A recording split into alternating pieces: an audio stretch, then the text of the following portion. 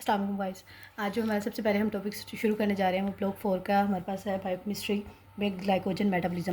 Glycogen metabolism वाला chapter start कर रहे हैं। ये हमारे पास लिपिड कोड में चैप्टर नंबर 11 है।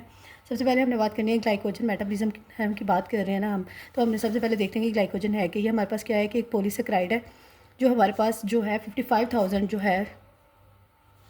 अच्छा, हम बात कर रहे थे कि ये जो हमारे पास ग्लाइकोजन है वो एक पॉलीसेकेराइड है जो 55,000 ग्लाइकोसाइड रेसिड्यूज़ के मिलने से बना होता है हमारे पास। और ये सबसे पहले बात यह है कि इसके अंदर हमारे पास ये ग्लाइकोजन के अंदर हमारे पास अगर हम बॉन्ड की बात कर लो तो इसमें अल्फा 1 4 आ जाएगा ग्लाइकोसिटिक बॉन्ड और अल्फा 1 6 ग्लाइकोसिटिक बॉन्ड्स आ जाएंगे इसके अंदर। दूसरा हम बात कर लेते हैं अब इसमें हमने बात करनी है कि ग्लाइकोजिनोलाइसिस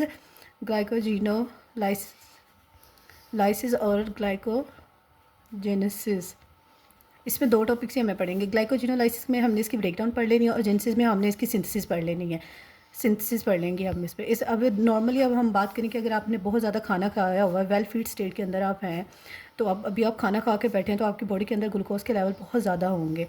जब बॉडी के अंदर ग्लूकोज के लेवल ज़्यादा होंगे तो ये हमारे पास क्या बॉडी करेगी, ग्लूकोज के ब्लड के अंदर ग्लूकोज के लेवल को नॉर्मल मेंटेन करने के लिए ये जो हमारे पास ग्लूकोज होगा एक्स्ट्रा वो हमारे पास ग्लाइकोजन की फॉर्म में स्टोर कर दिया जाएगा। ग्लाइकोजन की फॉर्म में स्टोर करने के लिए दो जगह होंगी हमारे पास। एक हमारे पास मसल में वो स्टोर करवाएंगे जाके स्केलेटल मसल्स के अंदर।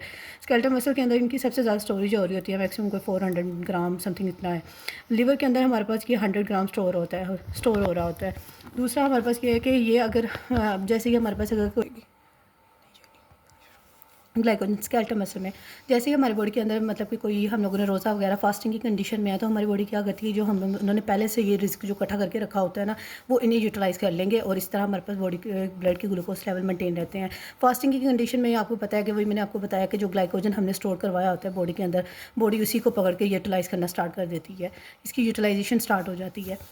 ठीक हो गया। अब हम अपनी ये जनरल व्यू था, अब हम अपने टॉपिक की तरफ वापस चलते हैं। सबसे हमने बात की थी कि हमने पहले सिंथेसिस करवाएंगे, पहले हम बना के फिर उसको हम तुड़वा देंगे। सिंथेसिस में हमने बताया कि इसको ग्लाइकोजेनेसिस है, तो ग्लाइकोजेनेसिस में हम बात करेंगे सिर्फ दो चीज़ों की आपने याद रखनी है। दो एंजाइम होंगे ज़्यादा जिनका ज़्यादा आगे जाके रोल आएगा। सबसे पहले हमने अब हम ये सिंथेसिस कर रहे हैं तो इस पर दो आ नहीं पाते, या तो हम इसकी इलोंगेशन करवाएंगे। इलोंगेशन के लिए हमारे पास एक एंजाइम आ गया, दूसरा ब्रांचिंग के लिए एंजाइम आएगा। अभी मैंने आपको कहा सिर्फ दो ही एंजाइम्स के नाम याद रखने वाले हैं, बाकी सारे पुराने ही होंगे। इलोंगेशन के लिए हमारे पास ये ग्लाइकोजन है, तो ग्लाइकोजन से नाम हम आ जाएगा ग्लाइकोजन सिंथेटेस एंजाइम का नाम आ गया।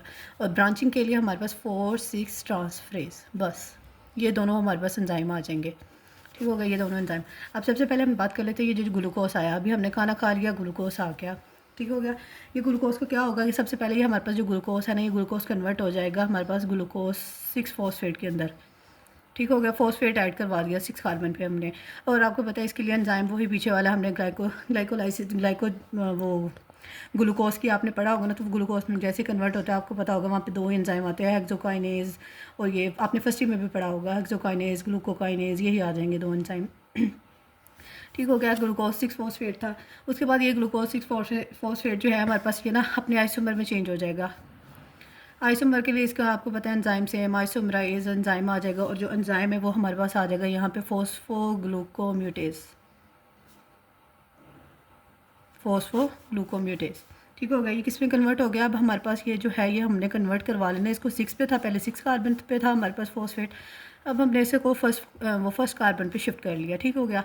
ग्लूकोज 1 फॉस्फेट बन गया। उसके बाद हम लोगों ने क्या करना है कि इसमें आगे जाके हमारे पास ना इसमें हमारे पास आएगा यहाँ पे एक यूटीपी, यूराडाइन ट्राइफॉस्फेट। यूटीपी जो होगा ना ये अपना जो एक यूटीपी होगा ना वो इसको दे देगा। जो दो होंगे ना, दो फॉस्फेट, वो हमारी बॉडी के अंदर जाके ना कहीं यूटिलाइज हो जाएंगे, एनर्जी वगैरह में वो इस्तेमाल हो जाएंगे। ठीक है। तो इसने अपना एक ऐड करवा दिया। अब हमने इस ग्लूकोज के अंदर हमने क्या एक यूडीपी ऐड करवा दिया, यूडीपी ग्लूकोज।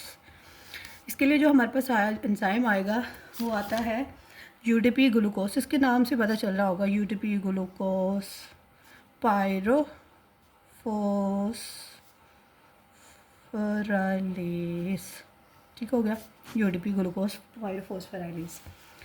अब हम लोगों ने क्या करना है, ये जो हमने अब यूडीपी ऐड करवा दिया है, अब हम इस यूडीपी को हमने दोबारा रिमूव करवा लेना है। पहले में ऐड करवाया था, इसमें हमने दोबारा से रिमूव करवा लेना है और सिंपल यहाँ पे ग्लूकोज रह जाएगा।